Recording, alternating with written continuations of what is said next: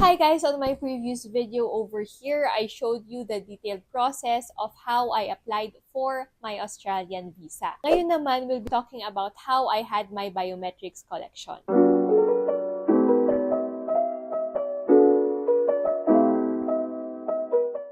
First thing you need to do is create an account in VFS Global. Since I'm from Baguio, the nearest center for me is at Makati. So kung taga Mindanao or Visayas kayo, the nearest one is at Cebu or Davao. Pwede niyong i-check tong link na to. You can also see it on the description box below. So I submitted my visa application on July 8 and I set my biometrics appointment on July 16. So punta kayo sa vfsglobal.com. I'll place the link below. And then dahil individual tayo nag-apply, dito tayo sa for individuals. Fill upan nyo lang to. I'm applying from the Philippines and I'm going to Australia. Click Take Me to website. So you'll see here yung step-by-step guide. Basahin nyo lang to. So dito tayo sa book an appointment. Click book now. Kung first time nyo, I don't have an account, ang i-click nyo, then just create an account. Click register. Click yung verification link na sinend nila via email and then log in to your account. So choose your center. Dito tayo sa Manila. Appointment category is Biometrics Collection and subcategory is also Biometrics Collection.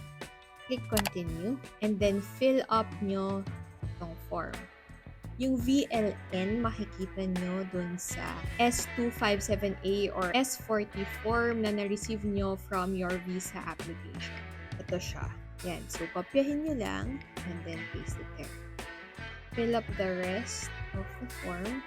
Yung identity document number nyo could be your passport or your ID or your national ID. On this case, ang nilagay ko is yung passport ko. Then, ilagay nyo kung kailan yung expiration. Save. If mag-a-add kayo ng applicant, just click Add Another Applicant.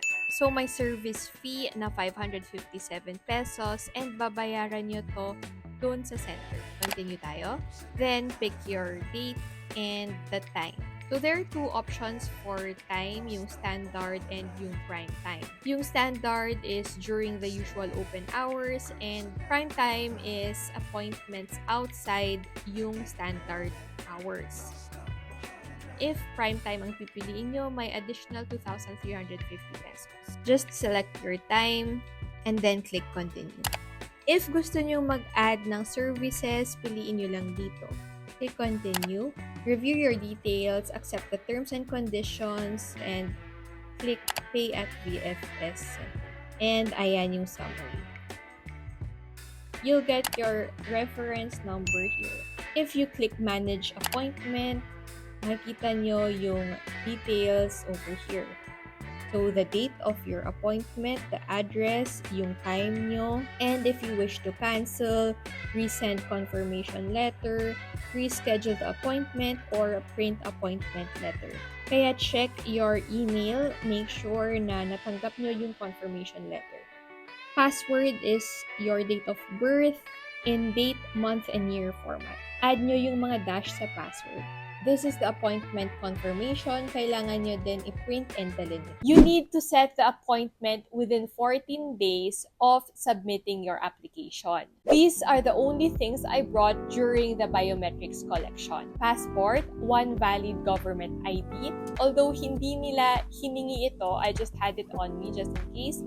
Cash, better if exact amount ang dalhin nyo, the VFS Global Appointment Letter, and the S257A or S40 requirement to provide biometrics document. So yun lang yung mga kailangan nyo. You don't need to bring anything else aside from your small bag with your phone and money. I'm not sure about this because hindi ko pa natatry. But sabi nung iba, if you bring a big bag with you, ipapaiwan nila sa locker and may bayad yung locker. It's better to just bring a few things with you. Also, wear decent casual or semi-formal clothing.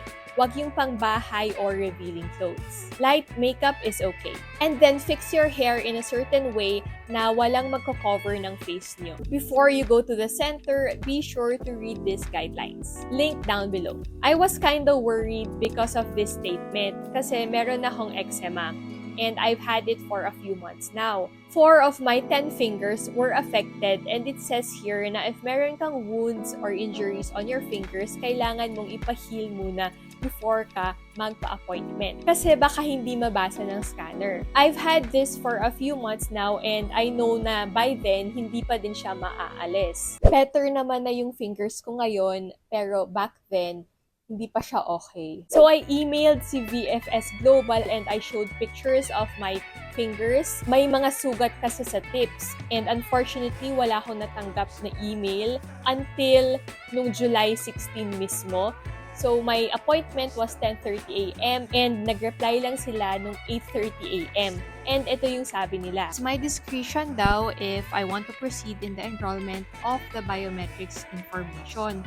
Since mache-check naman ng officer and pwede pa din i-try sa system kung makaka-capture yung fingerprints. And they can advise doon mismo kung kailangan ko bang mag-reschedule. Fortunately, wala naman naging problema and the scanner was able to read my fingerprints. Medyo natagalan lang kasi nakailang ulit kami. The process was quick and easy. It took me around 15 minutes. By the way, if you have a private vehicle, merong connected mall, yung Ayala Mall Circuit, to VFS Global, kaya dun kayo pwedeng mag-park. After submitting the biometrics, waiting game na lang tayo.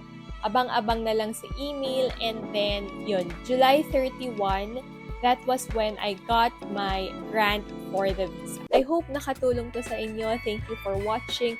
Don't forget to like this video, hit the subscribe button and the notification bell in order to be notified on more videos in your release. Thank you. Bye!